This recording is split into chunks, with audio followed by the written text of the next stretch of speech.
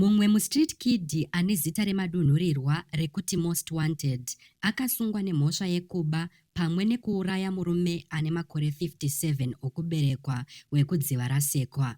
Takudzwa Mombeshora uyo ane 20 years ari kupomerwa mhosva yekuponda Forbes Jail musi wa15 December pakati peusiku. Jail akabva paBig Apple Sports Bar akananga kumba kwake kudziva rasekwa paakanga achifamba mumugwagwa waNelson Mandela mukatikati meguta. Akarwiswa naTakudzwa nevamwe vake maStreet Kids ayo achiri pakutiza mapurisa.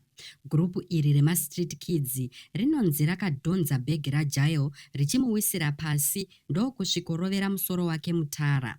Paakanga afenda ari pasi, vakabva vasecha muhomwe dzake ndokumubira $10, cellphone yeItel nezvimwewo zvaive mubhegi rake. Vakabva vamhanya vachitiza vachisiya Jail achifa. Jail akazowanikwa mangwanani aitevera. Mumwewo muStreet Kid ndiye akazivisa vemutemo nezvechiitiko ichi. Ongororo yakaitwa pachipatara chePari reNyatwa yakasimbisa chikonzero cherufu rwaJail. Kwakapera mazuva akati wandei, Takudzwa muStreet Kid uyu achinzvenga kubatwa achinyangarika mujinga meguta. Zvisinei, musi wa21 January mapurisa akapiwa tip-off yekuti Takudzwa akange ava kutambira kuCopacabana.